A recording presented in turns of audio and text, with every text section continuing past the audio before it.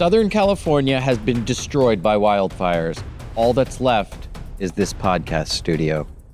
The Satanic Temple's holiday display was repeatedly vandalized to the point that it had to be taken down, leading Satanists to ask, whatever happened to good old common decency?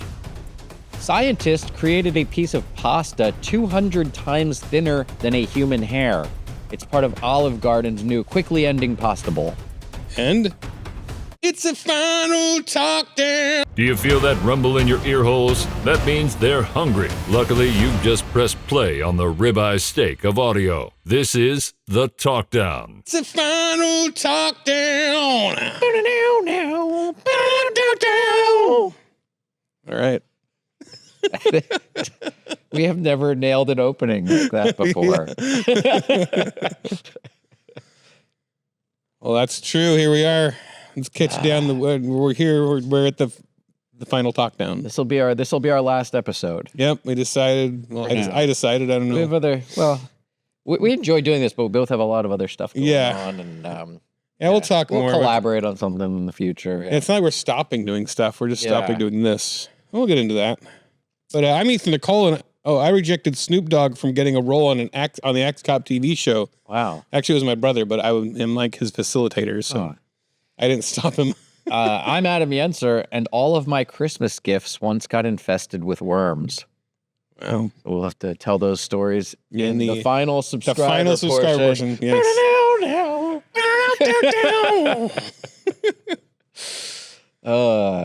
Yes. Well, we missed a lot of. We missed Christmas and New Year. Yeah, we were all. Been out since like mid-December. I was in Pennsylvania over the holidays, and then I came back here for New Year's. Hey, you were gone a lot. I was gone this past week. I was doing stand up in Reno, Nevada. I like Reno. Yeah, it's a good town. It's fun there. I shot a guy there. You shot a man in Reno? Why? Just to watch. Why did you? Oh, okay. Stupid. But yeah, we didn't talk about any of that stuff. So yeah, how was your holidays? Good. My holidays are pretty normal. My actual. Are we doing the catch down right now? I just kind of try to natural. So I'm not natural. No, but I forget that there's an actual title card for it. Oh yeah. So I try to transition. Catch up or not? I try to transition into it naturally. Well, as soon as we're supposed to make a big deal out of it and say now it's the catch down. We're doing the weekly catch down. Well, it doesn't matter. Oh, by the way, episode. It's not like they're gonna. By the way, we always don't have to worry about losing listeners. We always go to this restaurant, Heroes, before we come here, and do I have some on my face? No, it's not that. It's in that range though. When we were over there, I had a pork barbecue sandwich. Yeah. And then when I put my computer in my bag and I came here and I got it out of my bag and there was barbecue all over the bottom of my computer. Nice. I had to wipe it off and now it's all over the inside of my bag. Oh man. Somehow there's barbecue got on my computer.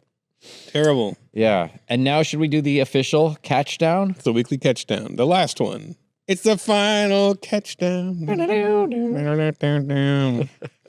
We're already losing enthusiasm for that bit.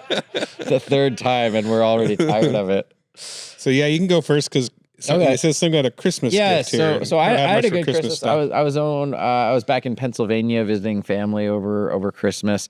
It was good. I got to do a Don't Tell comedy show we were talking about before this. Mm-hmm. But I got a lot of cool Christmas gifts. This one, my dad got this for me.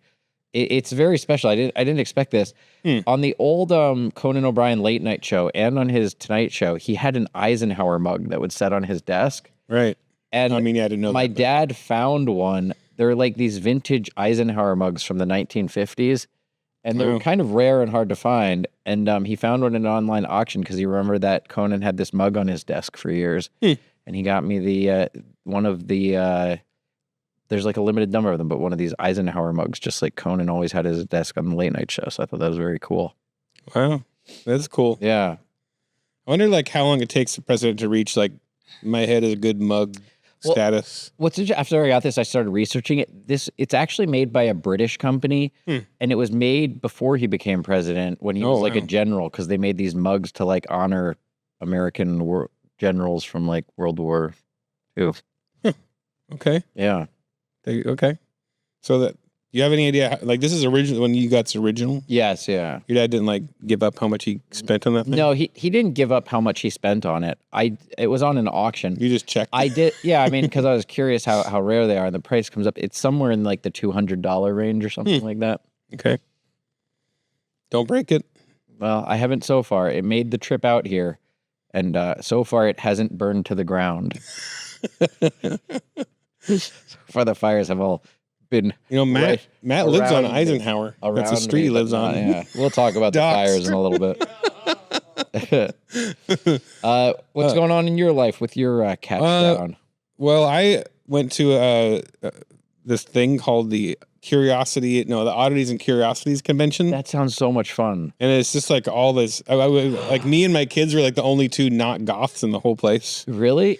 It was just Oddities and Curiosities. It was like goth mecca. Yeah. It was all these like this is the kind of tame. Like these are the coolest. So they had a baboon and a giraffe right there in the front. Gosh. There's tons of taxidermy. Where was this? I would love to go to something right like in LA that. Really? downtown, I didn't see any signs for it. I would have gone to something like that. But they had all these like rat skeletons walking a beetle, and all these just all sorts of strange art made from dead creatures. Yeah. My son bought his first skull. It was a nutria skull. Oh, cool. He took it to school. Like a big very rat, excited. Right? Yeah, like a giant. They're so like a crappy beaver, like a beaver without a cool tail. I hate a crappy beaver. Yeah, they're the crappiest. Like a muskrat and a beaver mixed together. Yeah. Yeah. And then they have stuff besides like taxidermy.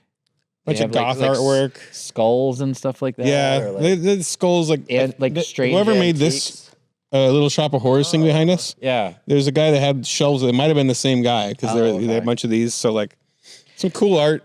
Whenever I'm like in like a touristy town, or actually there's even one in Burbank, and they have like an Oddities shop. I always love wandering through them. They have such interesting stuff. Cool bugs. I love cool bugs. Yeah. Oh, they had like all these jars of like. They just had like a glass ball full of sheep eyeballs. Oh, really? And it just says in a little plaque, sheep eyeballs. And you didn't get it? And dead. Oh, they're expensive. Really? Yeah. Like we just got that from Legoland. Like in the $200 range? Yeah. It's like around there, 65. I think a lot of stuff was the little stuff, like 65 up. Was like, I just wasn't on the market to spend that much money. We were running low on money after our Legoland trip. Wow. Took our kids on. They saved up for like 200.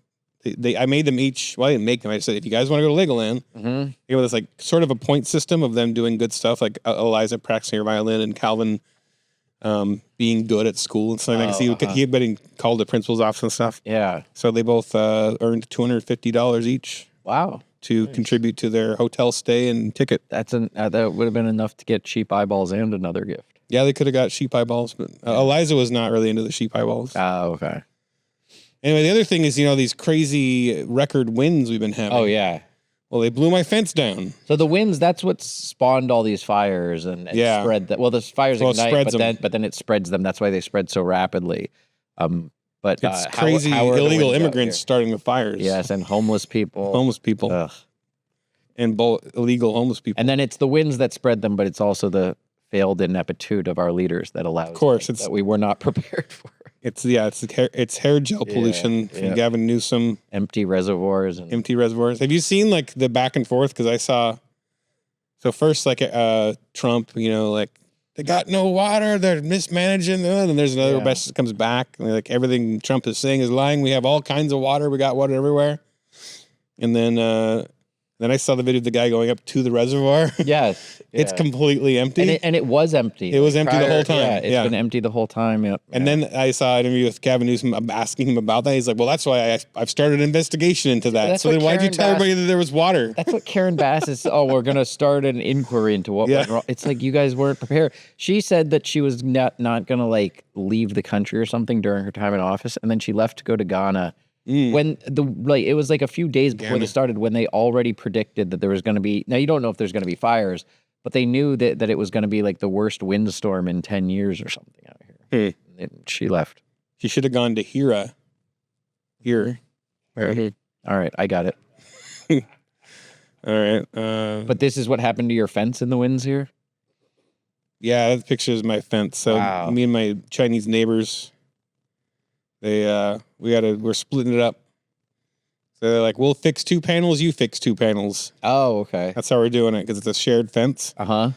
So he's a renter, so it's the owner, but they're also Chinese. They like sent like their grandparents over to fix it or something. There's this really old Chinese couple out there arguing in Chinese. I'm not advanced enough to understand what they were saying. Yeah, I can actually understand some stuff though. Like I could pick up the context, which is interesting. But yeah, they're arguing about the trees. Now, were you home when this happened? Did you hear it? Were you like? No, I didn't even hear it. I just got a text from my neighbor, like our fence is down, and he sent the picture. Oh wow! And that's the worst we've had so far. I mean, yeah. Because I did not. Luckily, my neighborhood has been safe from the fires. We did have, especially the first night, strong winds though. I live in an apartment building, and it's like it's got a courtyard in the center, so it's kind of open to the outside. And I woke up that morning, the first day of the windstorm. I thought somebody was trying to break into my apartment because the wind was like whipping through the hallways and like rattling the doors. Yeah, it was shaking the door. And when I opened the door, there was like people's doormats and wreaths that they had hanging on their door and pictures. Like it had blown like all over the floor out there. And that first night there was power was out like everywhere in like Sherman Oaks and Studio City. All the traffic lights were out. There's a bar I go to, the Woodman in Sherman Oaks. The entire block was dark and lost power for 2 blocks in either direction, but somehow their building still had power and they were open and people were just hanging out there. And I asked them, they said they're on a different grid or something, but they don't really understand why that every other building had no power. Yeah, we got lucky. We lost power for like 15 minutes. We thought we were all ready for like start getting all the candles out, telling the kids don't touch the refrigerator. Yeah, hunkered down, got up, and then all of a sudden light all came back on like 15 minutes. Yeah, but I put this map in here because everybody's been asking me. I people are concerned they'll ask, how you're faring in the fires and all this. So the green dot in the center of this map, that's like Toluca Lake, North Hollywood. Okay, that's where I am. Doxed. So all these that's exactly my exact address where that green dot is. All of our fan are going to show up. I haven't heard of these tomorrow. other Lydia and Hearst. Yeah. They're lesser known. The Hearst fire, that one's up. Those are getting bigger, 155 acres. Clarita. Holy crap. They're huge. Now, the closest one to me was the Sunset Fire, which started in Runyon Canyon under very mysterious circumstances. Okay. That one was 4 miles away from me. And now it stayed on the other side of the hill, and they got that one under control pretty quickly. But I had a friend who was evacuated because his apartment building's at the edge of Runyon Canyon, and he stayed with me the night when that fire was burning. But luckily, his building was fine and everything.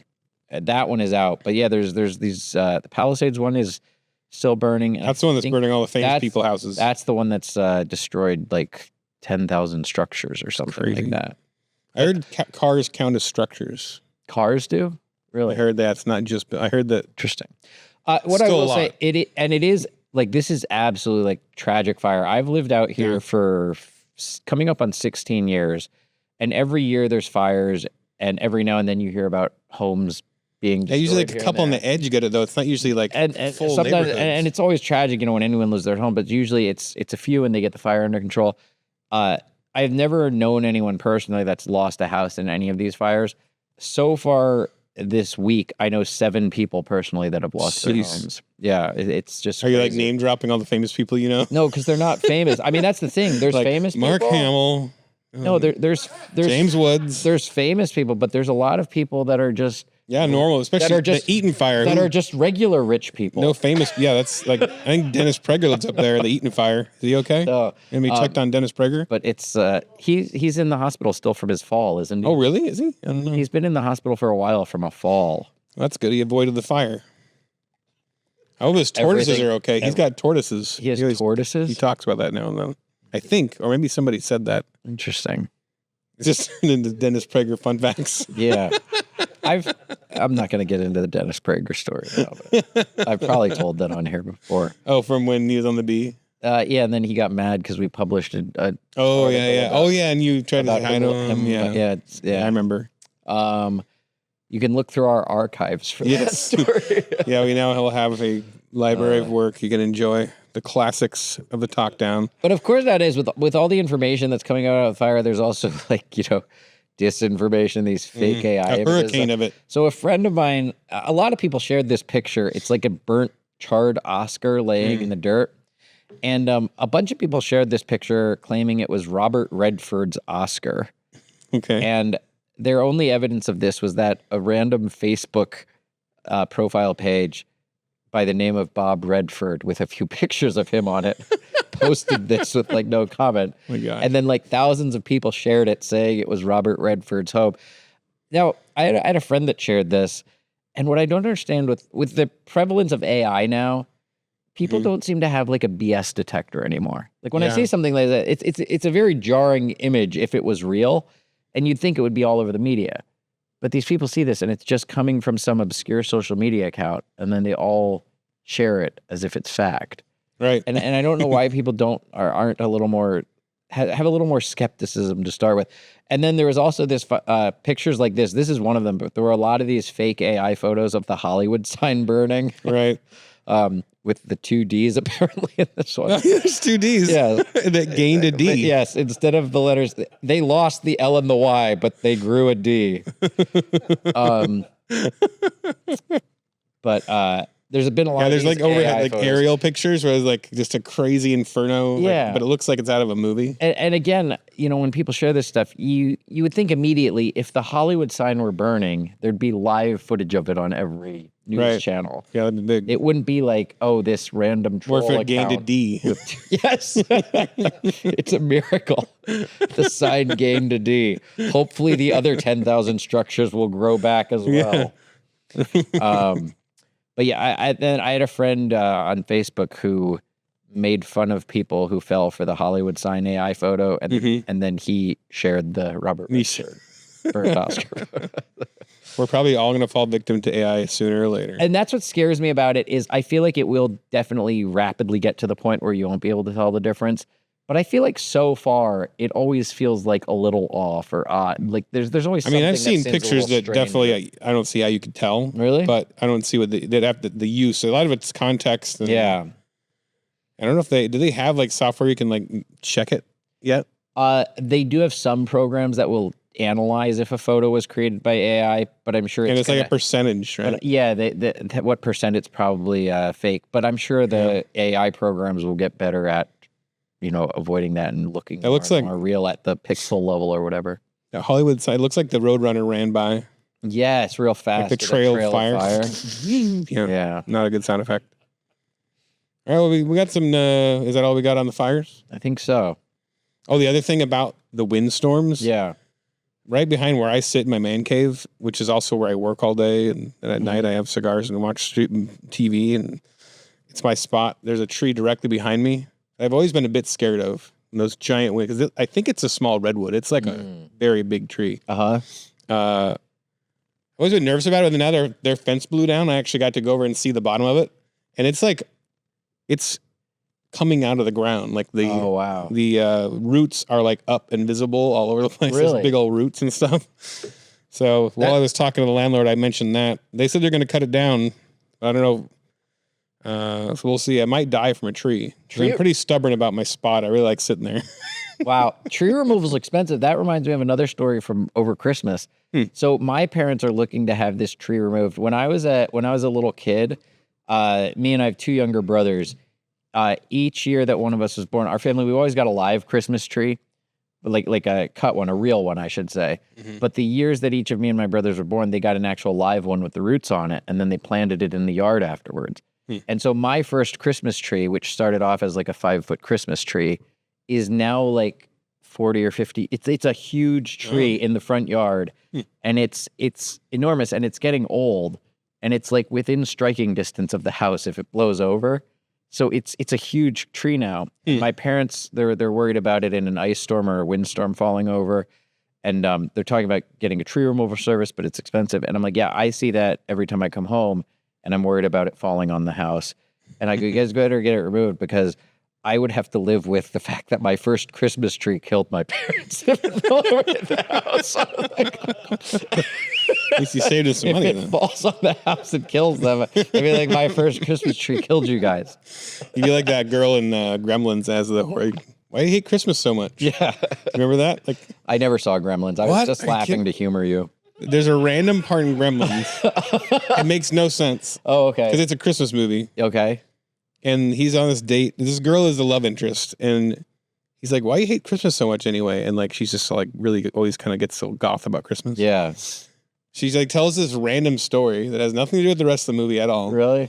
About how my dad loved Christmas and he would dress as Santa Claus. And one year, he didn't come home, and then we found his body in the chimney dressed as Santa Claus. He got stuck, and we were burning him alive. Like this horrible story about her dad stuck in the chimney. That's crazy. And they kept it in. It's so random. Yeah. Speaking of Christmas abominations. So I admit I have not watched It's a Wonderful Life. I've only watched like once, so I don't know it super well. But Same. I've seen clips of it, and I know what the whole story is, but I don't think I've ever actually sat down and watched the whole movie. I know I have watched it once and then somewhere kind of partial. Yeah. Anyway, what an abomination. Prime Video pulls pivotal scene out of It's a Wonderful Life, causing outrage. So the part that they cut out, and it is interesting because it's the Pottersville scene. Yeah. That's the whole like fantasy of what the world would be like without him, right? Yeah, so it's like adds the meaningful context that in which when George Bailey comes to his wit's end and starts to believe he would be better off dead than alive, the angel shows Bailey the version of his hometown in which he had never been born. In that alternate reality, he was taken over by cold-hearted businessman Henry Potter, not Harry Potter. So I don't know if people that know that movie well. Do you know that movie well, Bob? No. Everybody pretends like they love it. It's like The Godfather. Everyone's heard it's good. Oh, but yeah. No one's actually seen it.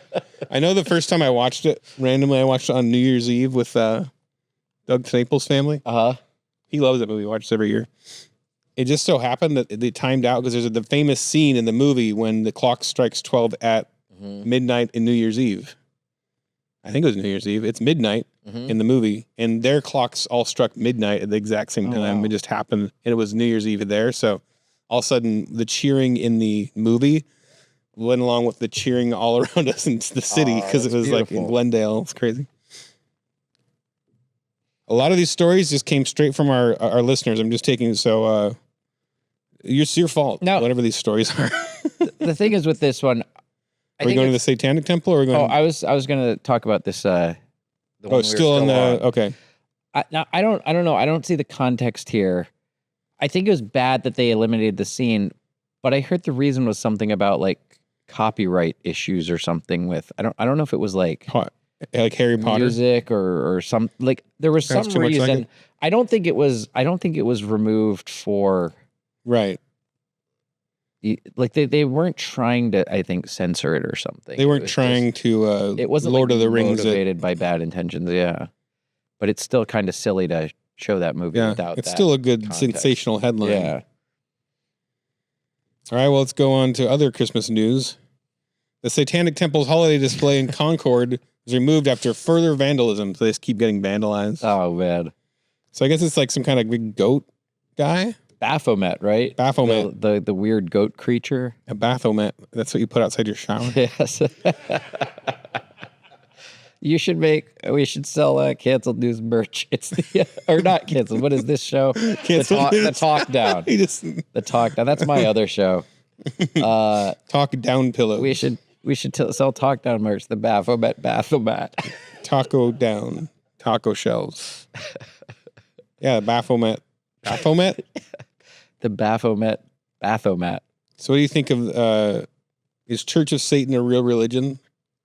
I think a handful of the people in it are real religion. And then they really think Satan is like their buddy? Well, there's two sort of strains of Satanism, because one of them is like Satan worship, where you worship the devil. And then part of this whole like satanic mindset is it's just worship of the self. It's like I'm the moral arbiter and I just kind of do what I want to do. And like, I think there are people that genuinely believe it and follow it. And then I also think in terms of the sort of modern culture wars, I think there's certain secular people that to troll. Yeah, I always say it's mostly a troll religion. And religious freedoms. They kind of align themselves with it to do these things where it's like, well, if you're going to put the 10 Commandments in schools, we're going to put a Baphomet in school. I do love the idea, like, people just do what makes them happy, and then so that's what people do to their statue. Yeah. Like, what are they... I guess they made a statement. I didn't find if they had any. It's up to. I just saw that it's like up to them to keep putting it back up. They said one of our most to her the hold on, they contacted the Satanic Temple about the display. To her, I'm trying to see who this I don't know who this is referenced. Yeah, I think it's like the CD person, the government person. Anyway.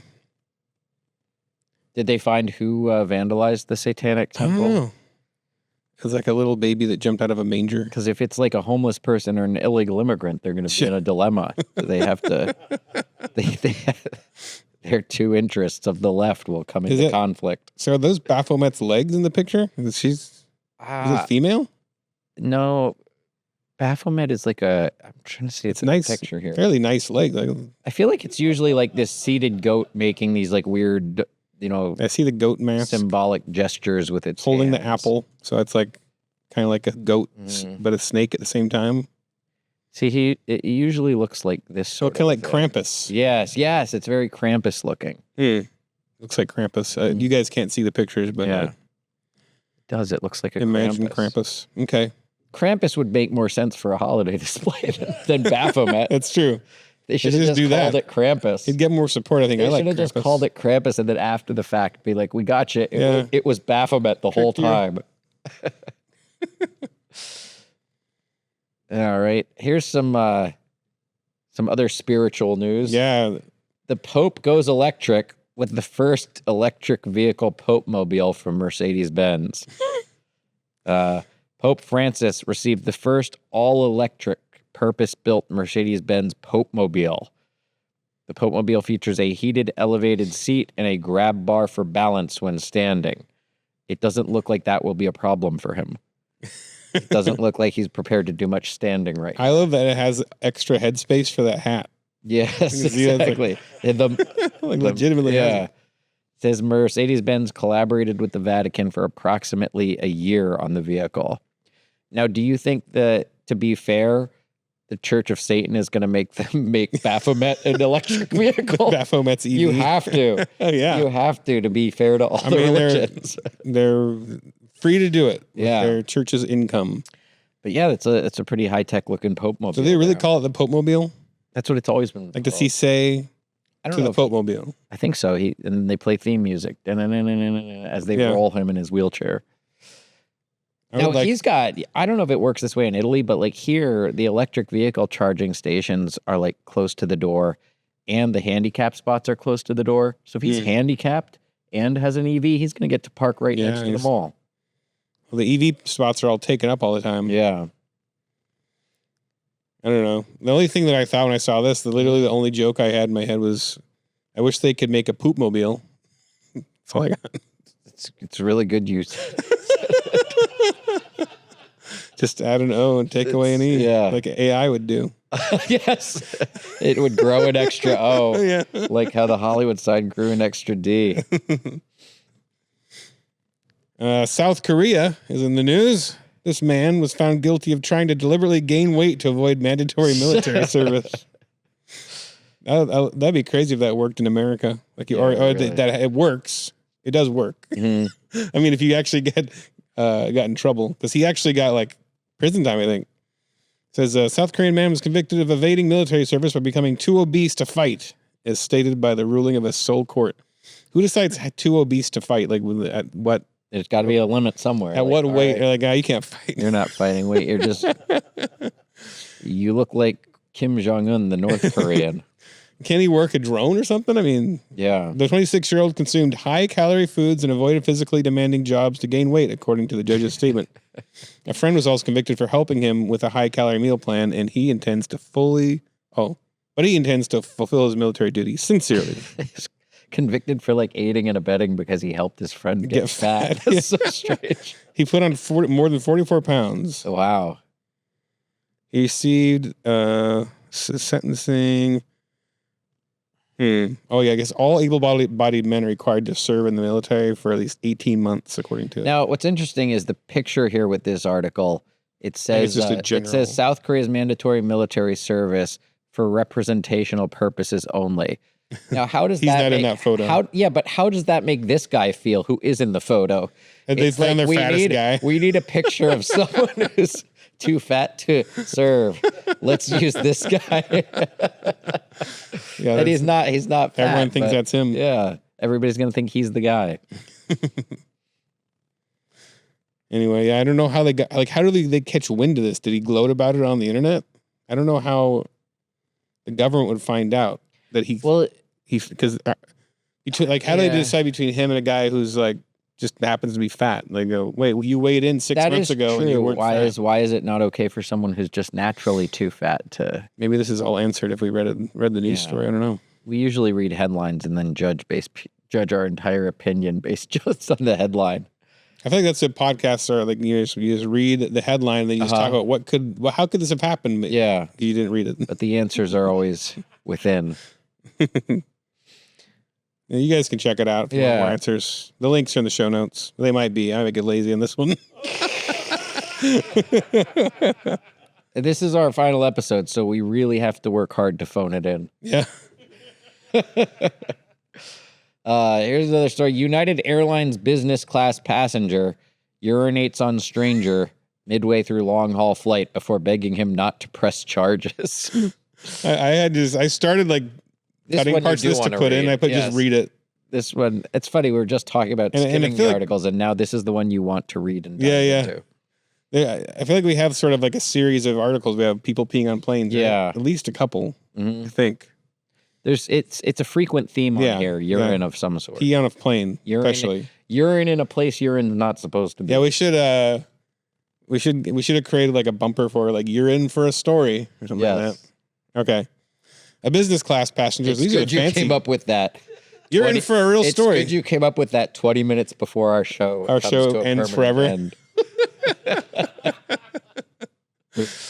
All right, business class. These are the guys, these are fancy pants guys with neckties and stuff, right? I hope business their pants weren't too fancy because there's pee all over them now. A business class passenger has been banned from all United Airlines flights. Now, United is crappy, right? That crap airline, aren't they? I thought they were the ones that are always late and stuff. I don't know. I've flown United a few times, but it's been a while. They're like somewhere in the middle, I think. Okay, yeah, they're not Spirit. Okay, after urinating on a sleeping fellow traveler during a long-haul journey from San Francisco to the Philippines. The incident occurred on December 27th when Jerome Gutierrez from Hillsborough, California, so he's an American dude, was asleep. Oh, this is American guy, asleep, Californian, in the seat. It was meant to be a 15-hour flight. Meant to be? Did it get cut short because of the pee? What happened?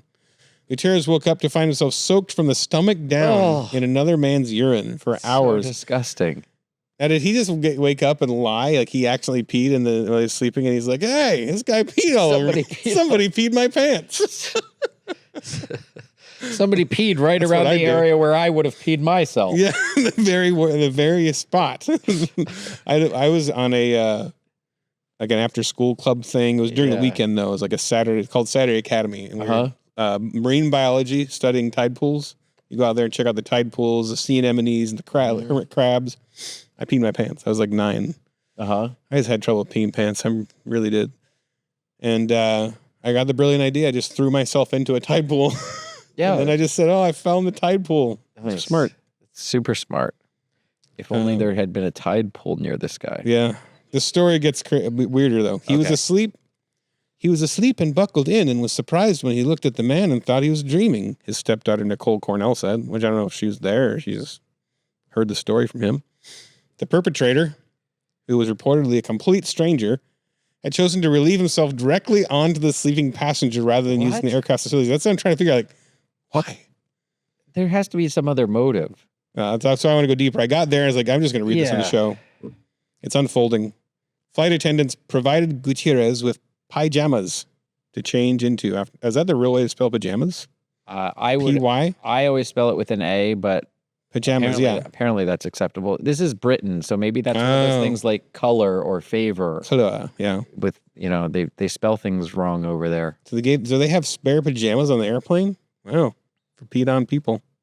The crew warned him not to approach the man who had urinated on him, fearing a potential confrontation could turn violent. Yeah. So this guy's back there just growling in the back of the plane and he just peed. United Airlines spokesperson, I love that he's like, we need to make a statement, sir. Anusha Rasta confirmed there had been a disturbance on the flight. Anusha Rasta. There has been a great disturbance on the flight, my brothers. Oh, no, sorry. Oh, no. We have banned the passenger, Rasta said. Police were requested to meet the aircraft upon its arrival in Manila. Man, that's a big deal now. Cornell strongly criticized United Airlines' handling of the biohazard situation. That's the daughter. She said, I'm so disgusted and in shock with how United Airlines handled this. That is a biohazard, and the plane should have turned around to address this issue. I mean, there's a whole toilet full, right? I mean, it's like... But it's not supposed to be on you. It's true, but I mean, pee's sterile. We all know that. People have drank it and lived. All right. They put the need of the airline before my stepdad's health. According to reports, the perpetrator attempted to avoid legal consequences by begging Gutierrez for forgiveness, pleading with him not to press charges. United Airlines confirmed the incident, referring to it simply as a passenger disturbance in their official statement. So there's really no explanation. Was he drunk? He must have been drunk. He had to be either drunk or it was like... Or a sleepwalk? Yeah. There's But they said he was angry, though. It made it sound like there was like... The guy that did the peeing was because they're angry? like, don't go to him. He's maybe mad, or like, don't, you want to, he gets to... Oh, I thought they were afraid that the guy that got the peed on was guy. going to like was going to try to kick his ass or something.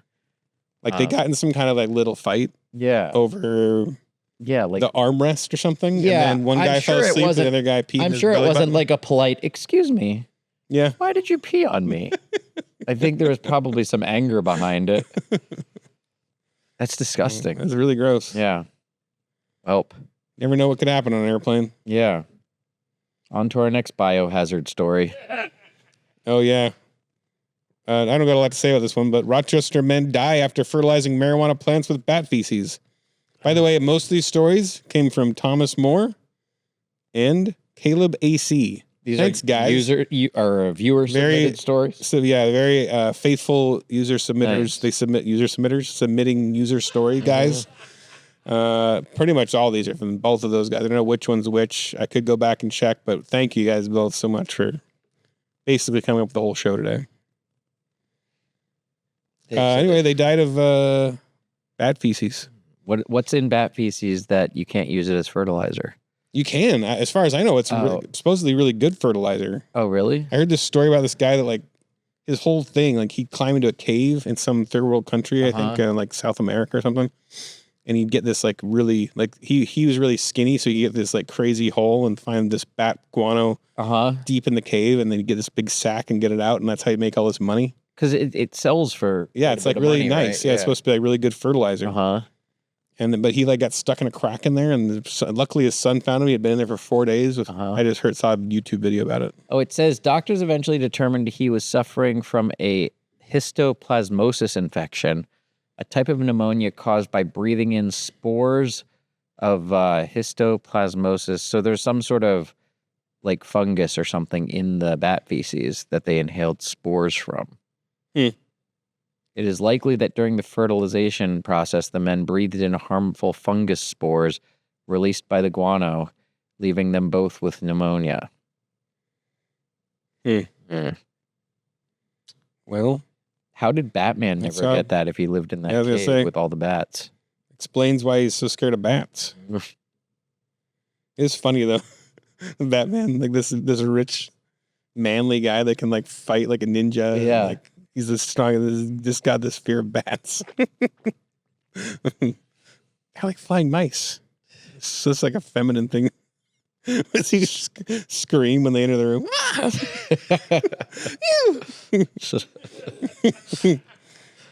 All right, one more story, then we'll get to our, just get out of the stories. Scientists have created a strand of pasta 200 times thinner than a human hair. So cancer, still got that, but if you guys needed thinner pasta, we've knocked it out of the park. So I'm assuming you can't even see or feel this pasta, right? It's gotta be super, or like it's like a spider web. You're like, is it on me now? Is it in my mouth? Yeah. But can you get a big enough pile of it? I just picture like some girl eating it and be like, oh no, I can't have gluten. Yeah. Oh yeah, wait, does it have gluten? Having like a reaction to it. It says that this researchers created the world's thinnest spaghetti measuring 372 nanometers at University College in London. That's 200 times thinner than a human hair. Wow. Pasta's usually I filled. don't even know if I want human hair pasta. No, It might be. I mean, I had like really skinny pasta noodles at this Chinese place once, and that was really good. Yeah. But I don't know if that thin. It seems like that thin, it would start to feel like a solid again. I don't know. If it's a big, huge pile of them, it would just feel like strands of. I'm curious. It says in the article, it's 200 times thinner than a human hair and even narrower than some wavelengths of light. Yeah. It must actually be completely invisible. It can like pass through your molecules and the other side. It can pass through you without you even knowing. It passes through the negative space between electrons. The nanopasta. Okay, well. We pulled our flour mixture through an electrical charge. Wow, that's crazy. I'm trying to find where they say what sauce they put on it. And I'm trying to see what the reason for it was. Yeah, well, that's also a good question. One of their quotes is, "I don't think it's useful as pasta, sadly." It would overcook in less than a second. They need to make a nano pan. Yeah. With a nano chef. I don't know. Oh, they did it. Well, they could solve world hunger for face mites or creatures that are really small. Tardigrades. Yeah, they could be cool. They should feed it to a tardigrade. Like those videos where they make little tacos for a hamster? Yes. They should do little tiny plates of spaghetti for tardigrades. Can they get tardigrades to do the Lady and the Tramp thing? Yeah. Like get two tardigrades to eat the micro pasta and then kiss. And they can play that "This is the night" with the Italian music in the background. Oh, that would go viral in a heartbeat. Tardigrade and the Tramp. I said that with no enthusiasm. That was my favorite pun. That was my humor. favorite pun you've ever said, and it didn't seem to stir anything in you. No, I was ashamed to say it. Tardigrade and the Tramp. We got to make this movie now. Although we're this deep into however many episodes this is, we've only just touched on tardigrades, and we had a passion. I'm passionate about tardigrades. Mm-hmm. All right, well, please be sure to like, comment, share, and subscribe. I guess we don't really need to. Now that our show is, you don't need to like or subscribe or comment. You do whatever you want. Still get the word out about it. The episodes will be online still. Yeah, they're there. Well, we don't have to whore ourselves anymore for the likes. Let's just. And I'll still be. Do you have any other content or anything? Like, where can people after we end this? Check out the Daily Wire stuff that you produce, or is there other stuff?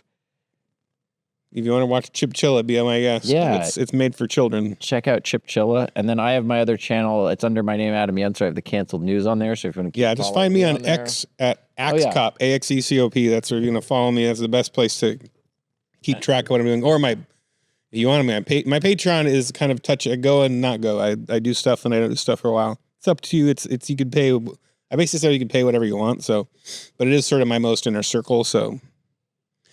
And then, I'm on X also, Clean Comedian 69. That's right. This is why we don't get more followers, because I always feel weird about like pushing and like marketing myself. I've always hated it. And I do like what you just did, where you're like, check it out on Patreon or not, whatever. You don't have to. We're like the worst promoters. It's more that I'm not like, my Patreon was completely dead, and then when I got fired from the B, it kind of revived it. Like all these people just joined it because they found it, and they were mad that I got fired. So I kind of started doing podcasts on and things, and then when I got hired by the Daily Wire, I kind of did both for a while. And do you think you'll go back to doing your old interview podcast at some point? I'll probably do it now and then, but I'll talk about when we're going to get into. We'll read these comments here, and then we can talk about plans. Okay, cool. Maybe I'm ahead of that. I'm getting ahead of the game. We got so this is the last time we'll read a comment from the podcast.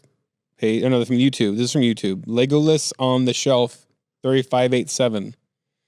6 days ago said, "Please come back to us, good sirs."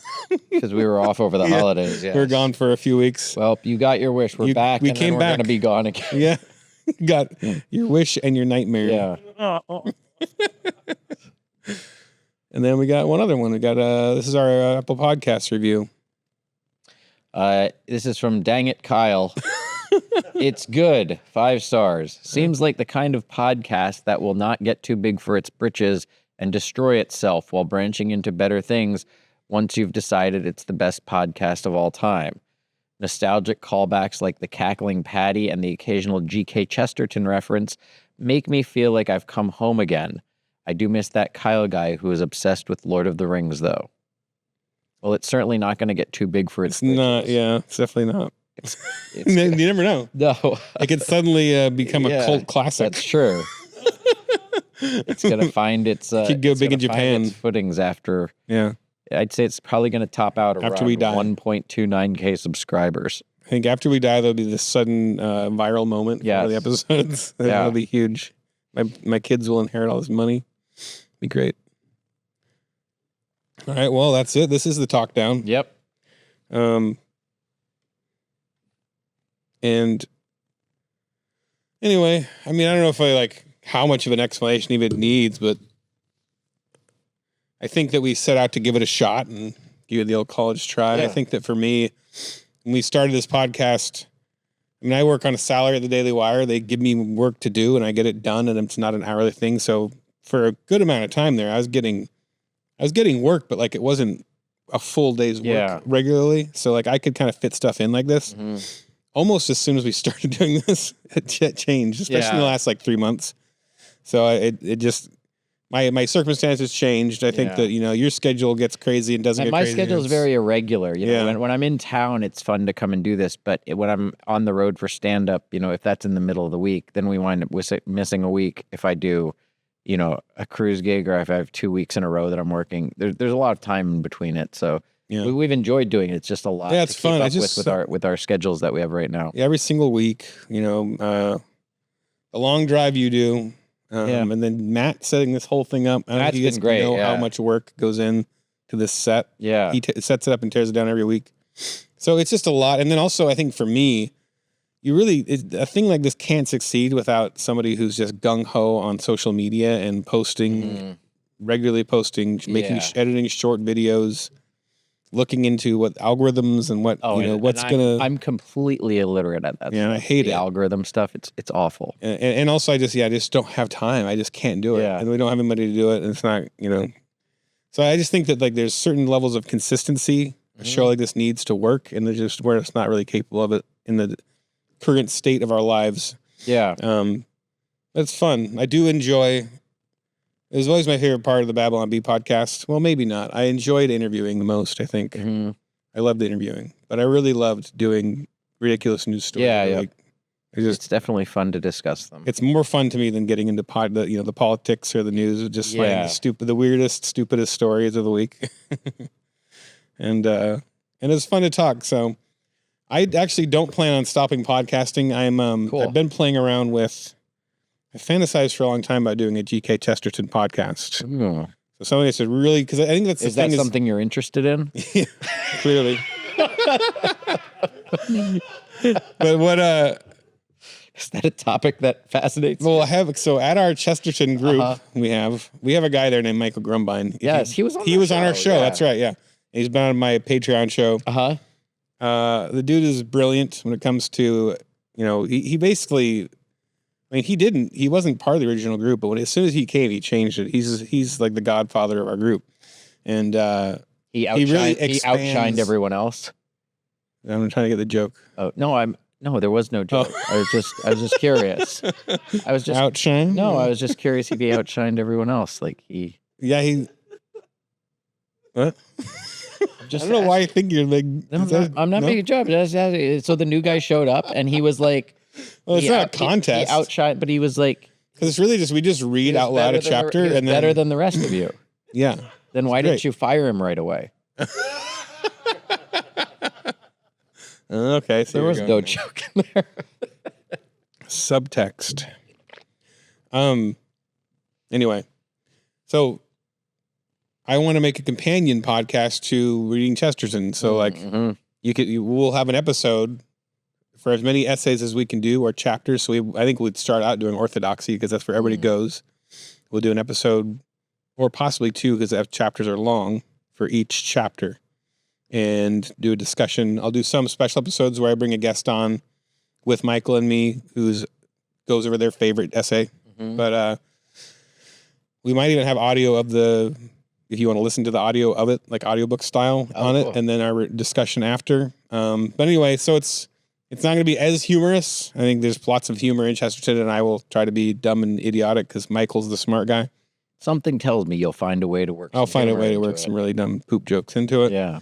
And so it'll be purely audio, I think. We might do just like Zoom call style, but I'm trying to keep it simple. And I do think the internet lends itself to, here's a very specific thing. And I think that was one issue we had with this show, is it's not super specific. Yeah. It's so broad, it's hard for it to find its audience. So we still have fun doing it, but I think we have had a loyal, growing audience. We have a very loyal audience of this. Yeah. I'm not insulting it. Yeah.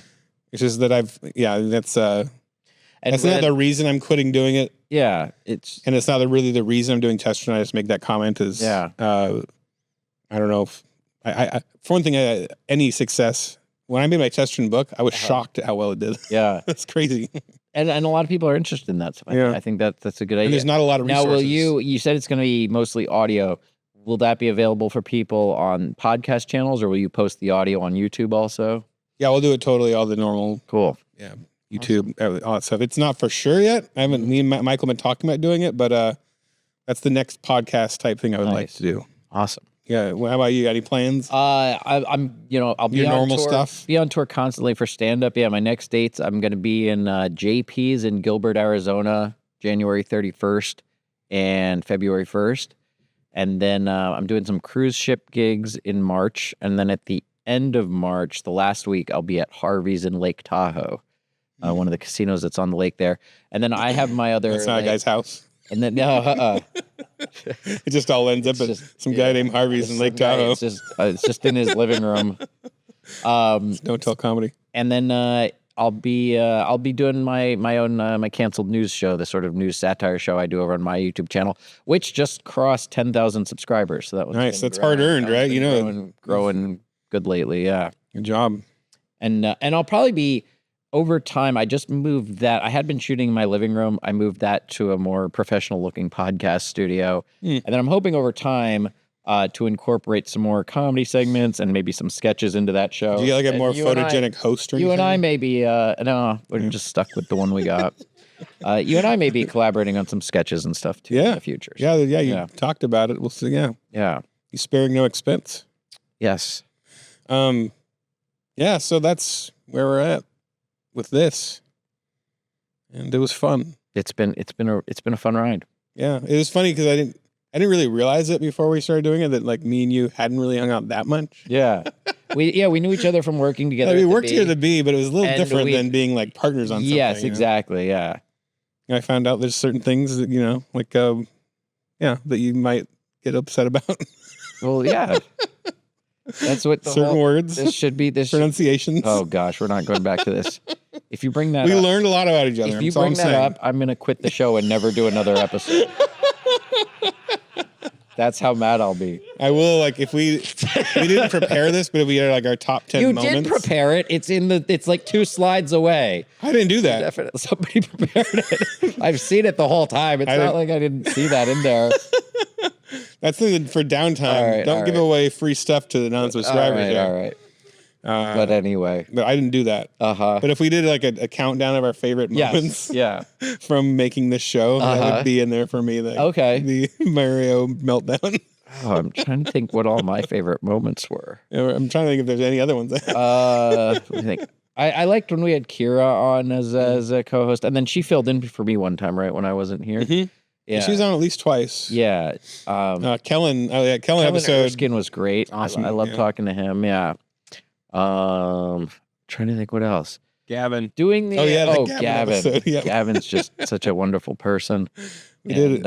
If for nothing else, we did this whole thing just to have Gavin get a whole episode. Yeah. And I did love doing the weekly thoughts segment. That's something I might bring back on Cancel News or in another format at some point. Yeah. Smart. All right. Well, I want to thank Matthew McDavid who has spent a lot of time putting this all together and working with us on this and making it all possible. Literally would not have happened without him. He's back there laughing at us. He's been awesome, yeah. And he's one of my best friends in the whole world. My wife covering for me so that I can go out and do this and supporting me and all the weird stuff I do.